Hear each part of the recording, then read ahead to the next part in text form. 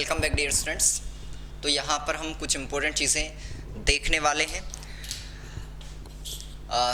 Basics of genetics का part हम यहाँ पर देखने वाले हैं, जो कि आपके कॉम्पिटिटिव के बेसिस पर सारी चीज़ें बहुत ज़्यादा इम्पोर्टेंट हो जाती हैं यहाँ पर।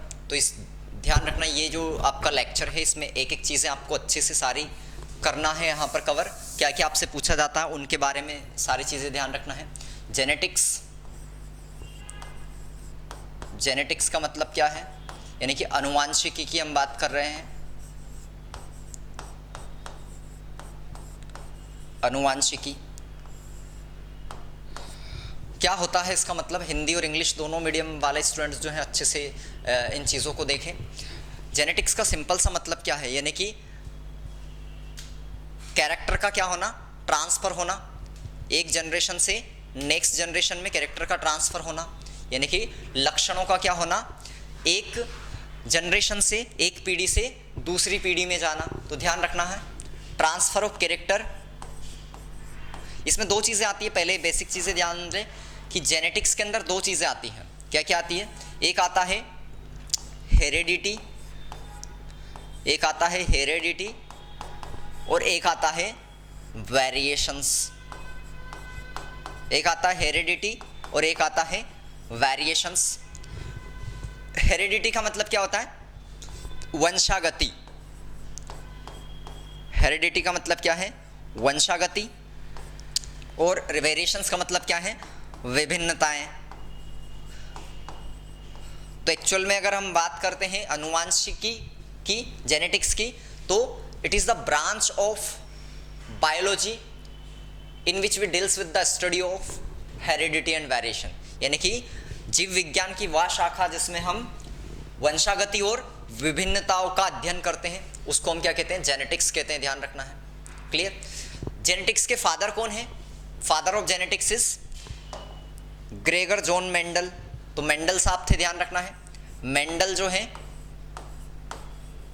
वो फादर है जेनेटिक्स के। तो जेनेटिक के जनक कौन है, मेंडल है। ये चीज़ें आपको याद रखना अच्छे से, क्लियर। अब किन किन चीज़ों से रिलेटेड आपसे चीज़ें पूछी जाती है, पहले हेरिडिटी का मतलब जाने। हेरिडिटी का मतलब क्या होता है, एक पीढ़ी से, यानी कि एक जनरेशन से नेक्स्ट जनरेशन में, अगली पीढ़ी में क्या जाना, अगली पीढ़ी में, एक पीढ़ी से यानी कि एक जनरेशन से अगली जनरेशन में लक्षणों का स्थानांतरण होना, कैरेक्टर का ट्रांसफर होना।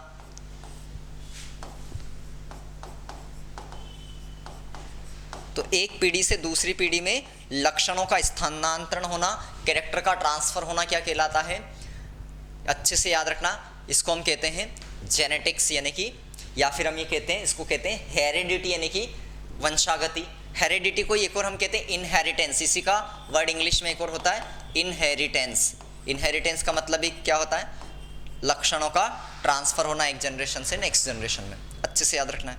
विभिन्नताओं का मतलब क्या होता है, हमें पता है कि हम जो होते हैं हमारे पेरेंट्स के बिल्कुल सिमिलर नहीं होते, थोड़ी थोड़ी हम विभिन्नताएं पाई जाती हैं हमारे अंदर, थोड़े थोड़े डिफरेंट होते हैं हम।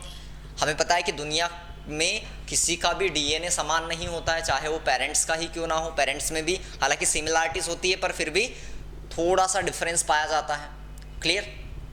तो ध्यान रखना है यहाँ पर, उसी की हम यहाँ पर बात कर रहे हैं कि कैरेक्टर का क्या होना, ट्रांसफर होना एक जनरेशन से नेक्स्ट जनरेशन में, इसी को हम क्या कहते हैं, हेरिडिटी कहते हैं। और थोड़े लक्षणों का अलग लक्षण आना, जैसे हम जो है हमारे पेरेंट्स से थोड़े अलग दिखते हैं, बिल्कुल कॉपी नहीं एग्जैक्ट, तो इसको हम क्या कहेंगे, वेरिएशन। हम में थोड़ी विभिन्नता आई है।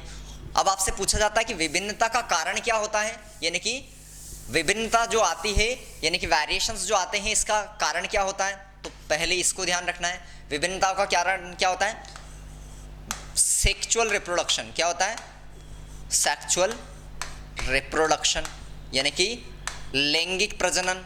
अच्छे से ध्यान रखना, विभिन्नताओं का कारण क्या होता है, लैंगिक प्रजनन, सेक्सुअल रिप्रोडक्शन होता है। क्योंकि सेक्सुअल रिप्रोडक्शन के अंदर क्या होता है, जब रिप्रोडक्शन होता है तो ऐसे में मियोसिस होती है। क्या होती है, अच्छे से याद रखना, मियोसिस होती है। मियोसिस होती है जिसको हम कहते हैं अर्धसूत्री विभाजन, अर्धसूत्री विभाजन होता है और इस अर्धसूत्री विभाजन के अंदर क्या होती है, क्रॉसिंग ओवर होता है आपस में, गुणसूत्रों का क्या होता है, क्रॉसिंग ओवर होता है। गुणसूत्र आपस में क्या हो जाते हैं, इनके कैरेक्टर जो होते हैं मेल, यानी कि हम बात करें पेरेंट्स के जो कैरेक्टर होते हैं, पेरेंट्स के जो लक्षण होते हैं उनके अंदर उनका क्या हो जाता है, आपस में हम ये कह दें कि वो घुल मिल जाते हैं, एक तरीके से क्रॉसिंग ओवर हो जाता है। इस वजह से इस क्रॉसिंग ओवर के कारण ही हमें क्या आती है, वेरिएशंस आती है, यानी कि विभिन्नताएं आती है। तो अगर आपसे वेरिएशन का मतलब पूछा जाए, विभिन्नताओं का मतलब पूछा जाए, तो पहला मतलब क्या है, सेक्सुअल रिप्रोडक्शन। सेक्सुअल रिप्रोडक्शन के अंदर पूछा जाए तो क्या है, मियोसिस है, अर्धसूत्री विभाजन है। अगर और ज़्यादा पूछा जाए तो बताना है कि क्रॉसिंग ओवर होता है। और ऐसे में हम बात करते हैं पेरेंट्स के मैटरनल और पैटर्नल कैरेक्टर जो होते हैं वो आपस में क्या हो जाते हैं, घुल मिल जाते हैं और उन दोनों के कैरेक्टर फिर आगे संतानों में ऑफस्प्रिंग्स के अंदर आते हैं। ओके, अच्छे से याद रखना है सारी चीज़ें।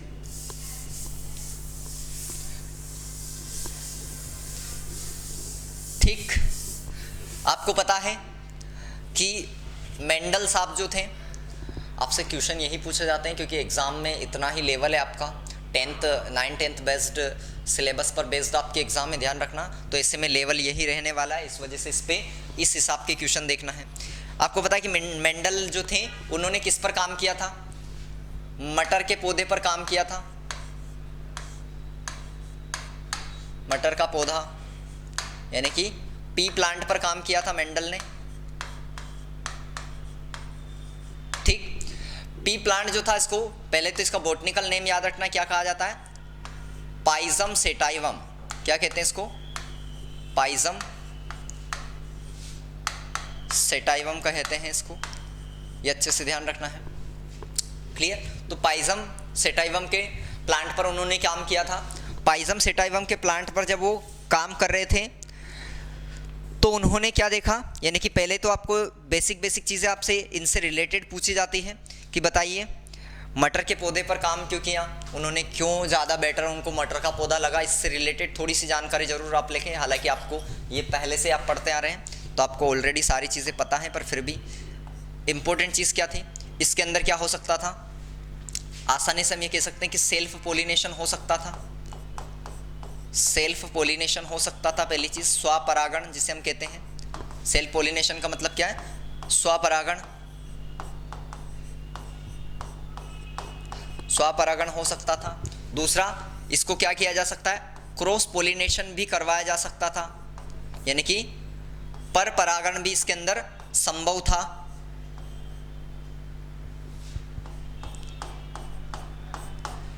उसके बाद इसका जीवन काल जो था, लाइफ साइकिल जो थी वो काफ़ी छोटी थी, शॉर्ट थी, तो जीवन चक्र जो था काफ़ी ज़्यादा छोटा था। और ऐसे में काफ़ी ज़्यादा हम ये कह सकते हैं कि छोटा जीवन काल की वजह से एक कम समय में काफ़ी ज़्यादा हम संतानें उसकी देख सकते थे।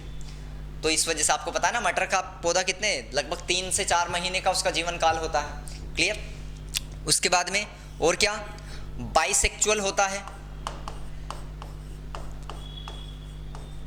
बाइसेक्चुअल यानी कि इसके अंदर मेल और फीमेल दोनों पार्ट पाए जाते हैं। क्लियर, मेल और फीमेल दोनों पार्ट पाए जाते हैं। ओके, इसलिए हम इसको क्या कहते हैं, बाइसेक्चुअल। तो इन सब कैरेक्टर्स की वजह से इन्होंने क्या किया, मटर के पौधे को अपने प्रयोग में, अपने एक्सपेरिमेंट के लिए चुना था, ये ध्यान रखना है। अब आपसे क्या और पूछा जाते हैं मेंडल से रिलेटेड, ध्यान रखना है। मेंडल साहब ने क्या किया था, मेनली 7 पेयर ऑफ कैरेक्टर पर काम किया था, यानी कि 7 जोड़े में लक्षणों पर काम किया था। अगर लक्षण करेंगे तो 7 ही एक्चुअल में, पर अगर पेयर में बात करेंगे तो टोटल 14 कैरेक्टर हो जाएंगे टोटल करके। कौन कौन से वो कैरेक्टर थे, जो मटर का पौधा था उसकी पहली हाइट पर, हाइट यानी कि उसकी ऊंचाई कितनी है, तो हाइट पर काम किया, ऊंचाई पर। ठीक, दूसरा क्या देखा उन्होंने, तो एक तो हाइट पर काम किया, किया था, एक हाइट लक्षण लिया था उन्होंने, दूसरा उनका लिया पुष्प का रंग, पुष्प का जो रंग होता है, फ्लावर का जो कलर होता है।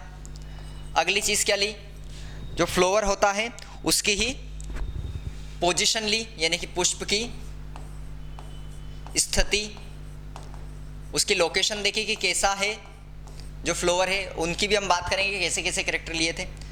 चौथा आपको देखना है क्या लिया उन्होंने, और जो फली होती है उसका आकार लिया, जो पोड होता है उसका शेप लिया, तो फली का आकार, पोड का शेप, और क्या देखा, जो फली था उसका कलर भी देखा उन्होंने, तो फली के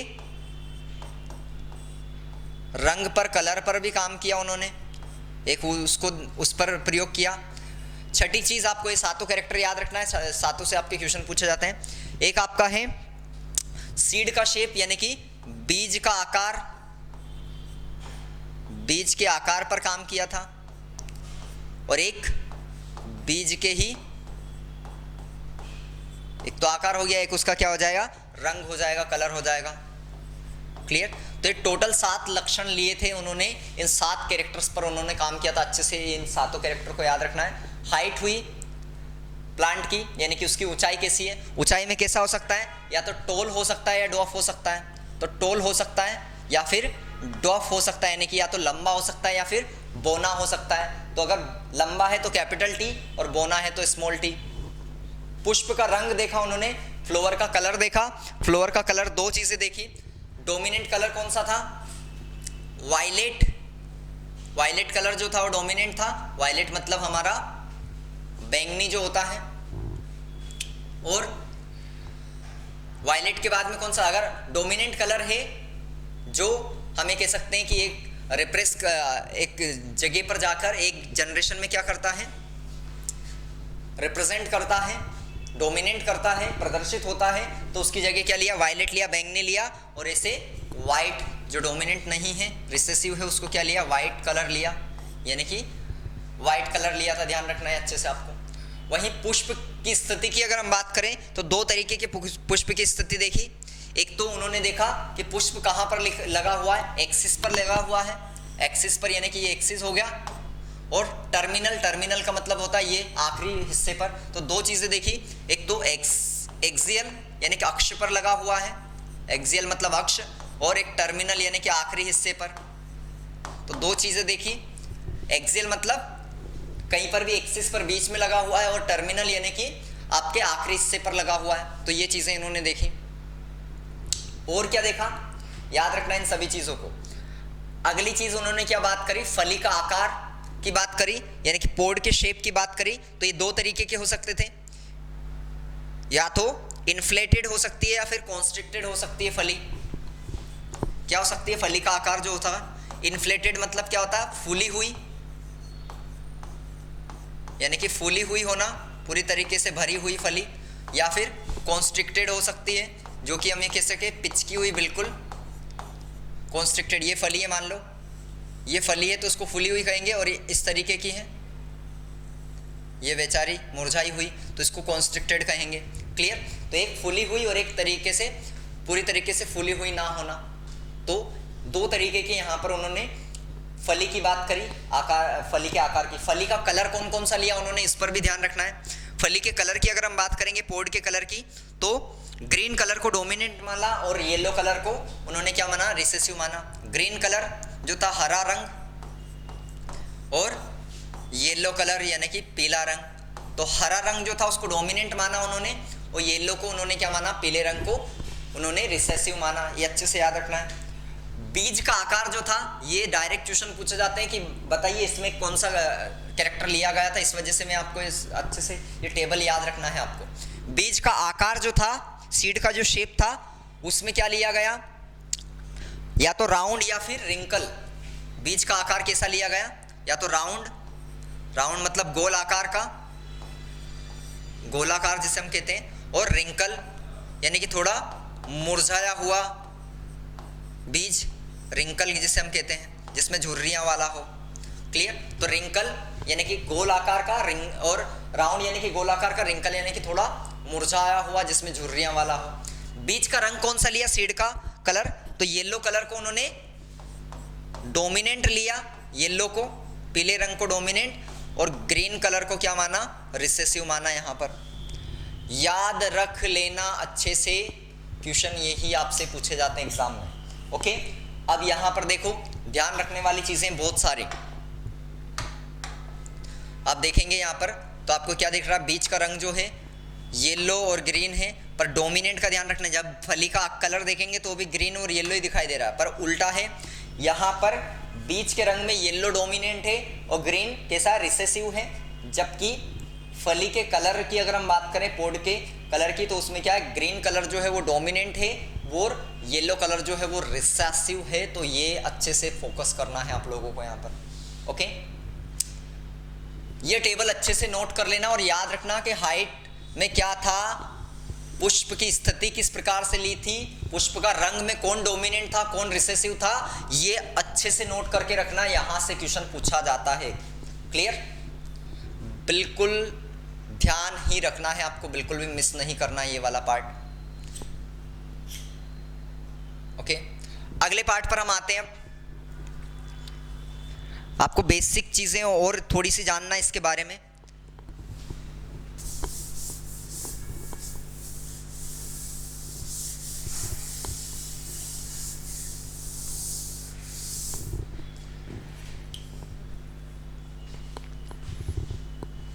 यहाँ पर क्या याद रखना है, मेंडल के नियम से रिलेटेड आपको चीज़ें जाननी है। मेंडल्स के नियम यानी कि Mendel's law.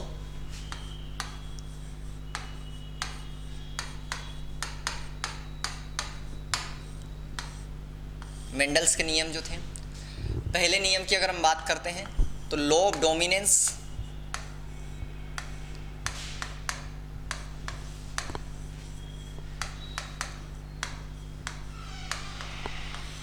Law of dominance यानी कि इसको कहा जाता है प्रभाविता का नियम।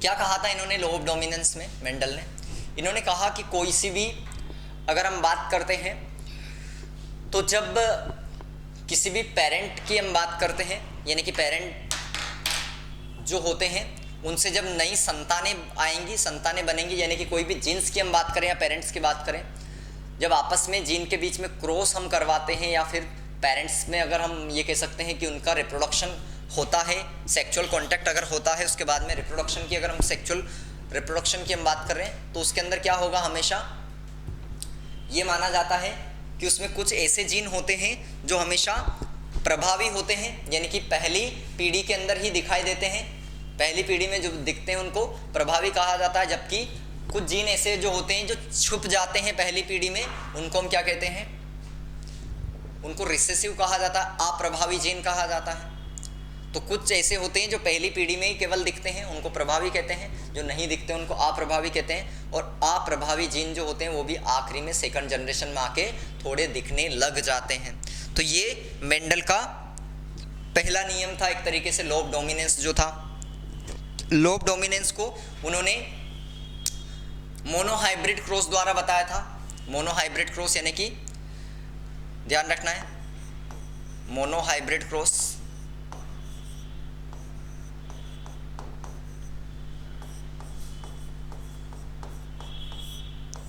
मोनोहाइब्रिड क्रॉस द्वारा उन्होंने इसको समझाया। किस तरीके से बताया उन्होंने कहा कि मान लो कि कैपिटल टी, स्मॉल टी ये दो हमारे एलील है। जीन अगर पेयर में होता है, ध्यान रखना, अगर जीन क्या है, जोड़े में है, तो उसको एलील कहा जाता है। ठीक, तो ये अगर सिंगल है तो उसको जीन कहेंगे, और जोड़े में है तो उसको क्या कहेंगे, एलील कहते हैं। तो ये हमारे कैपिटल टी क्या है, ये ऐसा एलील है जो जीन का एक जोड़ा है, पेयर है, जो क्या है हमारा डोमिनेंट है।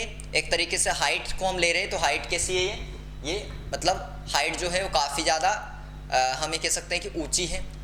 क्लियर, तो ये कैसा है, काफ़ी ज़्यादा हाई हाइट है, टोल है, लंबा है, जबकि ये कैसा है, बोना है। ठीक, अब जब भी हम क्रॉस करवाते हैं उसके गैमेट्स को निकालते हैं। तो यहाँ पर ये आपका पेरेंट है, ये कौन है, पेरेंट्स हैं आपके, ठीक, पेरेंट जनरेशन है। यहाँ से गैमेट निकालेंगे तो इसका क्या आएगा, कैपिटल टी आएगा, और इसका निकालेंगे तो क्या आएगा, स्मॉल टी आएगा, ठीक। जब इनका आप क्रॉस करवाएंगे तो क्या आएगा, कैपिटल टी और स्मॉल टी आपस में क्रॉस करवाएंगे जब इनका, तो क्या आएगा, कैपिटल टी और स्मॉल टी, ठीक। कैपिटल टी और स्मॉल टी सारे के सारे कैसे दिखेंगे आपको, कैपिटल टी और स्मॉल टी, ठीक। अब देखिए यहाँ पर हम क्या करवाएंगे, इनकी कैपिटल टी स्मॉल टी की आपस में सेल्फिंग करवाएंगे। सेल्फिंग यानी कि इनके बीच में ही क्रॉस करवाना। तो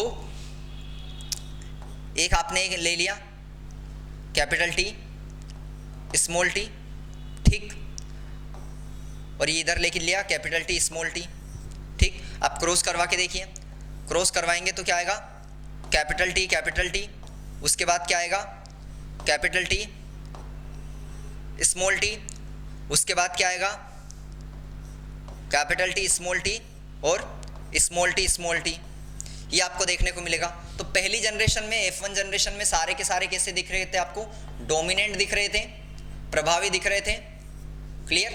पर दूसरी जनरेशन में आपको स्मॉल टी भी दिख रही है, यानी कि ये रिसेसिव भी आपको दिखाई दे रहे हैं। यहाँ पर जो अप्रभावी है वो भी दिखाई देते हैं दूसरी पीढ़ी के अंदर, दूसरी जनरेशन के अंदर, क्लियर।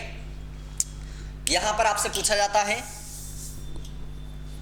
फिनोटाइप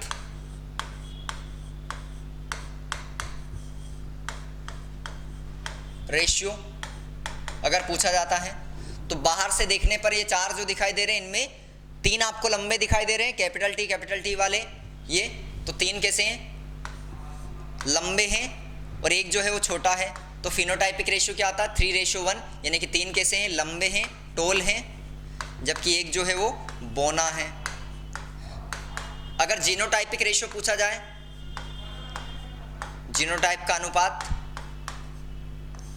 ठीक, तो ये क्या होगा, अब जीन्स को देखना है, इसमें से दो एक जैसे और दो अलग अलग हैं, तो कैपिटल टी, उसके बाद में दो किस तरीके के, कैपिटल टी स्मॉल टी, और एक किस प्रकार का वापस स्मॉल टी, तो रेशियो क्या हो जाएगा, 1:2:1, इस तरीके से।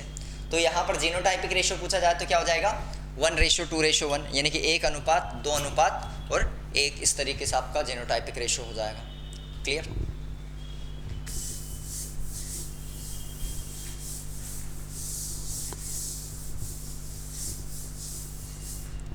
ठीक, इनसे रिलेटेड आपसे क्वेश्चन पूछे जाते हैं, इसके बारे में याद रखना है, ठीक।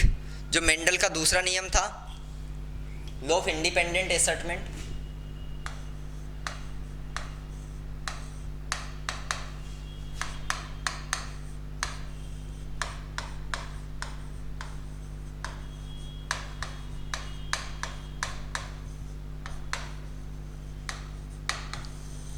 लॉ ऑफ इंडिपेंडेंट एसर्टमेंट यानी कि स्वतंत्र प्रभाविता का नियम, जो एक तरीके से हम कहते हैं इसको, क्लियर। तो लॉ ऑफ इंडिपेंडेंट एसर्टमेंट स्वतंत्रता का एक तरीके से नियम है इनका, जो क्या कहता है, ये कहता है कि कोई भी जो आपके जीन्स हैं या क्रोमोसोम्स हैं वो आपस में जब अलग अलग होते हैं एक तरीके से, तो कोई भी एक दूसरे पर निर्भर नहीं करते हैं। जीन के पेयर जो होते हैं या क्रोमोसोम्स जो होते हैं वो आपस से निर्भर नहीं करते हैं, इंडिपेंडेंटली वो क्या हो जाते हैं, हम ये कह सकते हैं कि अलग अलग होते हैं। लॉ ऑफ इंडिपेंडेंट का मतलब क्या है, यानी कि एसर्टमेंट जो होता है उनका अलग अलग जो होना होता है वो अलग अलग होते हैं एक तरीके से। अलग अलग जब होते हैं वो तो एक दूसरे पर निर्भर नहीं करते हैं। अब इसमें ज़्यादा इसलिए नहीं देखना है क्योंकि इसका हमें क्रॉस करेंगे तो पूरा का पूरा हमें टेबल बनानी पड़ेगी और उस टेबल से कोई ऐसा पूछा नहीं जाता है कुछ भी पार्ट, क्लियर। तो इस वजह से आपको केवल यहाँ पर याद रखना है, यहाँ पर रेशियो पूछा जाता है। अगर आपका रेशियो के बारे में याद रखना है, फिनोटाइपिक रेशियो की अगर हम बात करें, फिनोटाइपिक रेशियो पूछा जाता है आपका, इसको मेंडल ने डाईहाइब्रिड क्रॉस द्वारा समझाया था, ध्यान रखना है। डाईहाइब्रिड क्रॉस द्वारा मेंडल ने इसको समझाया था इंडिपेंडेंट एसर्टमेंट को। डायहाइब्रिड क्रॉस का मतलब क्या होता है? एक समय पर दो लक्षणों का लेना, यानी कि अगर एक समय पर हम दो कैरेक्टर की स्टडी कर रहे हैं तो उसको हम क्या कहते हैं? डायहाइब्रिड क्रॉस कहते हैं। तो मेंडल ने यहाँ पर एक साथ दो लक्षणों की स्टडी करी थी, ध्यान रखना है आपको। ओके, लॉ ऑफ इंडिपेंडेंट एसेटमेंट की हम बात करें तो उन्होंने किसके द्वारा समझाया था? डायहाइब्रिड क्रॉस द्वारा समझाया था, और उन्होंने एक साथ दो लक्षणों की खोज करी थी। एक उन्होंने, अगर हम कलर की बात करें, एक तो सीड लिया था उन्होंने, उस सीड की हमने देखा था कि उसका पोड कैसा है, राउंड है या रिंकल है, एक तो ये देखा उन्होंने, और साथ में उसका कलर भी देखा, ये कलर कैसा, उसका येलो है या फिर ग्रीन है। तो इस प्रकार से सीड की दो चीज़ें उन्होंने ली थी, एक तो उसका शेप लिया और एक साथ में उसका कलर लिया। तो दो कैरेक्टर एक साथ उन्होंने स्टडी करी, इसलिए नियम को क्या कहा गया? डायहाइब्रिड क्रॉस कहा गया। ध्यान रखना है, डायहाइब्रिड क्यों कहते हैं? क्योंकि एक समय पर दो से अधिक लक्षणों का अध्ययन करना। क्लियर? इन्होंने जो आपसे पूछा जाता है वो ध्यान रखना है, फिनोटाइपिक रेशियो आपसे पूछा जाता है, यानी कि बाहर से देखने पर हमें किस तरीके के प्लांट दिखते हैं, फिनोटाइपिक रेशियो से क्वेश्चन आपसे पूछा जाता है। तो याद रखना है, यहाँ पर रेशियो क्या आता है? 9:3:3:1।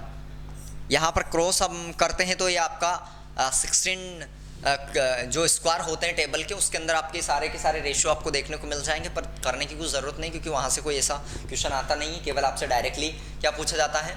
यहाँ पर रेशियो पूछा जाता है, ये अनुपात पूछा जाता है कि फिनोटाइपिक अनुपात क्या होता है इसका, तो 9:3:3:1 में होता है। ओके, तो ये अच्छे से याद रखना है। आ गया समझ में? सेकेंड वाला। अब थर्ड लॉ है, वो है लॉ ऑफ सेग्रीगेशन। ये बहुत इंपॉर्टेंट है, इस लॉ का कोई भी एक्सेप्शन नहीं माना जाता है। क्या है? Law of segregation.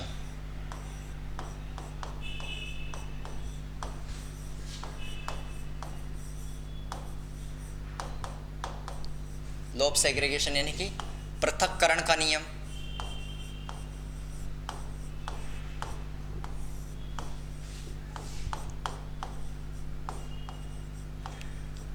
पृथक्करण का नियम, इसका कोई भी एक्सेप्शन नहीं माना जाता, ध्यान रखना है। लॉ ऑफ सेग्रीगेशन का क्या कहता है कि जब भी कोई भी जो हमें कहते हैं कि कैरेक्टर होते हैं या फिर जीन्स जो होते हैं, जीन या फिर एलील की हम बात कर ले, कि जब भी कोई भी एलील जो होंगे वो आपस जब क्या होंगे, वो अलग अलग होंगे। जब एलील कोई भी आपस में सेपरेट होंगे, पृथक होंगे, तो ऐसे में हमेशा 50% कैरेक्टर जो होंगे दोनों के बराबर बराबर जाएंगे। इस तरीके से उन्होंने कहा कि अगली हमेशा क्या होंगे, दोनों दोनों। जैसे मान लो कैपिटल टी, समझिएगा सिंपल सा, अगर कैपिटल टी और कैपिटल टी है तो इनमें से हमेशा 50% कैरेक्टर ये आगे अगली वाली पीढ़ी में जाएगा कैपिटल टी, और ये अगली पीढ़ी में 50% जाएगा। अगर कैपिटल टी स्मॉल टी है तो 50% ये हमेशा जाएगा और 50% हमेशा ये जाएगा। यानी कि हमेशा हम ये कहेंगे कि प्रोबेबिलिटी जो होगी इनकी अगली पीढ़ी में जाने की, सेग्रीगेशन के बाद में अलग अलग होने के बाद वो कितनी होती है? 50% होती है, 50% होती है। इसको हम क्या कहते हैं? लॉ ऑफ सेग्रीगेशन कहते हैं, पृथक्करण का नियम कहा जाता है। ओके, ये अच्छे से याद रखना है आपको। आपसे जो पूछे जाती है कुछ चीज़ें, उनका और थोड़ा सा ध्यान रख लें। अगर हम बात करते हैं, एक आपसे पूछा जाता है, दो चीज़ें हैं, एक तो इनकम्प्लीट डोमिनेंस,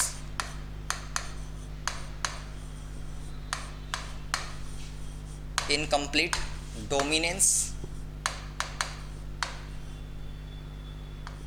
आपसे डायरेक्टली पूछा जाएगा कि इनकम्प्लीट डोमिनेंस क्या है, तो ध्यान रखना है मेंडल के लॉ ऑफ डोमिनेंस का ये क्या है? एक्सेप्शन होता है। तो अपवाद होता है, मेंडल के प्रभाविता के नियम का अपवाद होता है। इनकम्प्लीट डोमिनेंस क्या है? मेंडल के प्रभाविता के नियम को नहीं मानता है। मेंडल ने क्या कहा था लॉ ऑफ डोमिनेंस के अंदर? उन्होंने कहा था कि पहली जनरेशन के अंदर एक जो डोमिनेंट जीन होते हैं वो क्या होते हैं? प्रदर्शित होते हैं, वो रिप्रेजेंट होते हैं, जबकि जो रिसेसिव जीन्स होते हैं वो छिप जाते हैं, वो दिख नहीं पाते हैं। ये बात कही थी। वहीं पर अगर हम बात करते हैं इसके अंदर इनकम्प्लीट डोमिनेंस के अंदर, तो क्या होता है कि इसमें पहली कैरेक्टर के अंदर ही जो होता है, दोनों ही पेरेंट्स में से किसी के कैरेक्टर नहीं दिखते हैं, एक अलग ही तरीके के कैरेक्टर हमें देखने को मिलते हैं, यानी कि हम ये कह सकते हैं कि ये मेंडल के प्रभाविता के नियम को नहीं फॉलो करता है। अच्छे से याद रख लेना है। इसका एग्जाम्पल आपसे पूछा जाता है डायरेक्ट। इनकम्प्लीट डोमिनेंस को क्या कहते हैं? अप्रभाविता कहते हैं इसको, अप्रभाविता, अप्रभाविता का नियम भी कहा जाता है इसको। क्लियर? इनकम्प्लीट डोमिनेंस एक तरीके से, तो ये अप्रभावी होता है। इनकम्प्लीट मतलब अपूर्ण प्रभाविता, या फिर हम ये कह सकते हैं अप्रभाविता भी हम इसको कहते हैं। याद रखना है। इसका एग्जाम्पल आपको याद रखना है, स्नैपड्रैगन होता है। स्नैपड्रैगन के फ्लोवर के अंदर देखा जाता है। कहाँ पे देखने को मिलता है? स्नैपड्रैगन, स्नैपड्रैगन का फ्लोवर जो फूल होता है। क्लियर? स्नैपड्रैगन फ्लोवर, इसको और क्या कहा जाता है? इसके नाम याद रखना सभी। स्नैपड्रैगन का फूल जो होता है उसको डॉग फ्लोवर भी कहा जाता है। क्या कहा जाता है?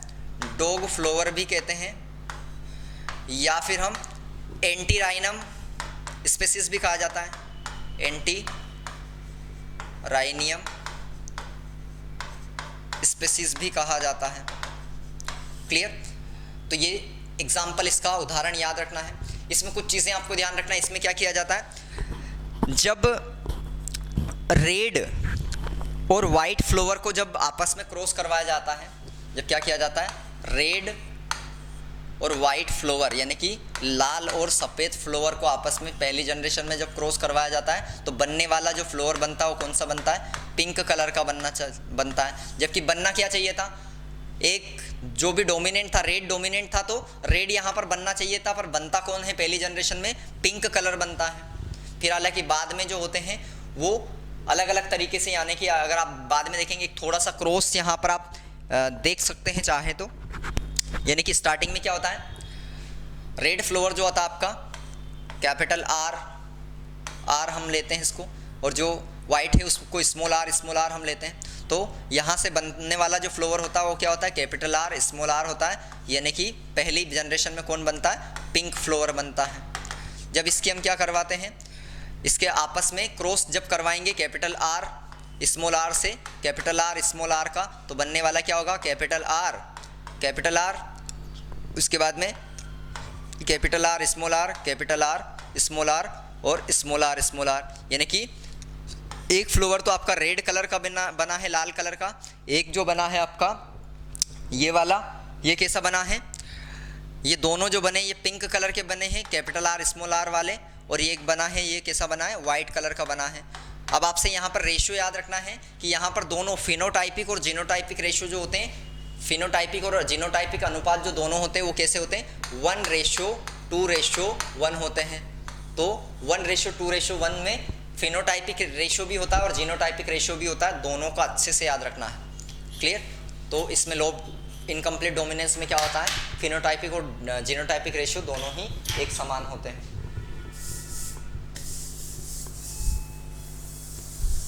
ठीक। अगली इंपॉर्टेंट चीज आपको याद रखना है। अगला आपसे पूछा जाता है कि बताइए कोडोमिनेंस क्या होता है?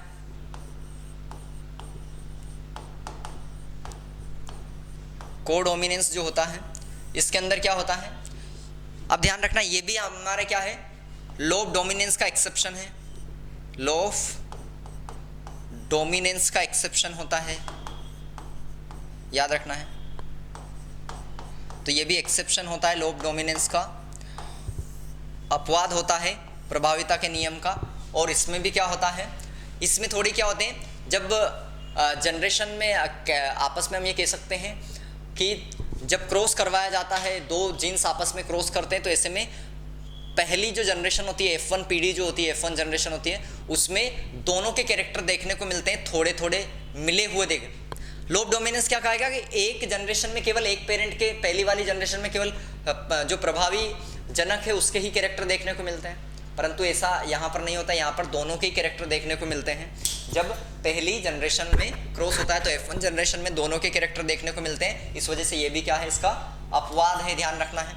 इसका आपसे पूछा जाता है, अगर लोब कोब डोमिनेंस के एग्जाम्पल पूछा जाए तो आपको ध्यान रखना, ABO ब्लड ग्रुप जो है, ABO रक्त समूह जो है, ब्लड ग्रुप जो है, वो इसका उदाहरण है, उसका एग्जाम्पल है, ध्यान रखना है। एबीओ ब्लड ग्रुप जो है वो किसका है, कोडोमिनेंस का एग्जाम्पल है, इसके बारे में ध्यान रखना है। ओके,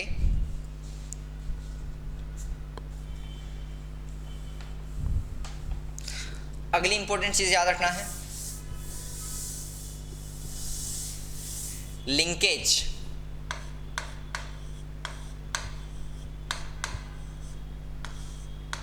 लिंकेज जो होता है, पहली चीज तो ध्यान रखना है, लिंकेज किसने बताया था इसके बारे में, मॉर्गन साहब ने पूरी डिटेल में बताया। आज के मॉर्गन, इयान मॉर्गन ने नहीं बताया था, ये पहले वाले जो मॉर्गन थे उन्होंने ये चीज़ बताई थी, ध्यान रखना है। तो मॉर्गन ने लिंकेज के बारे में एक्सप्लेन किया था, और क्या कहा था मॉर्गन ने, वो चीज़ें ध्यान रखना है आपको। इन्होंने कहा था कि कोई भी जीन्स जो क्रोमोसोम्स पर, गुणसूत्र पर क्लोजली पाए जाते हैं, आपको पता है कि गुणसूत्र पर, क्रोमोसोम्स पर लीनियरली जीन अरेंज्ड हो जाते हैं, यानी कि एक सीक्वेंस में अरेंज होते हैं, लीनियर सीक्वेंस में अरेंज होते हैं जीन्स। तो इन्होंने कहा कि कोई भी क्रोमोसोम्स पर जो लीनियर अरेंजमेंट में जीन्स पाए जाते हैं वो आपस में बहुत पास पास रहते हैं, उनके बीच में बहुत तेज़ी से लिंकेज पाया जाता है, यानी कि वो एक दूसरे से जब एक पीढ़ी से दूसरी पीढ़ी में जाते हैं तो ऐसे में वो जीन एक साथ जाते हैं, कैरेक्टर्स में एक साथ जाते हैं, यानी कि कोई भी अलग अलग नहीं होता है उसमें से, और वो एक साथ जाते हैं। जैसा कि मेंडल ने कहा था लॉ ऑफ इंडिपेंडेंट एसर्टमेंट में कि कोई भी जब जीन सेपरेट होते हैं तो वो एक दूसरे पर निर्भर नहीं करते हैं, वो अलग अलग पूरी तरीके से होते हैं। पर मेंडल जो मॉर्गन थे इन्होंने नकार दिया था इस चीज़ को, और उन्होंने कहा कि ऐसा नहीं होता है, कुछ ऐसे जीन्स होते हैं जो लिंक्ड जीन्स होते हैं, जो बहुत तेज़ी से जुड़े हुए रहते हैं, पास पास रहते हैं क्रोमोसोम्स पर, और वो जब जाते हैं तो ऐसे में क्या होते हैं, वो एक साथ जाते हैं, पूरे के पूरे अलग अलग होके नहीं जाते हैं। तो इस चीज़ को क्या कहा जाता है, लिंकेज कहा जाता है, ध्यान रखना है। जो क्लोजली रिलेटेड जीन्स होते हैं वो एक साथ जाते हैं। ओके, एक टॉपिक और इसके अंदर देख ले थोड़ा सा,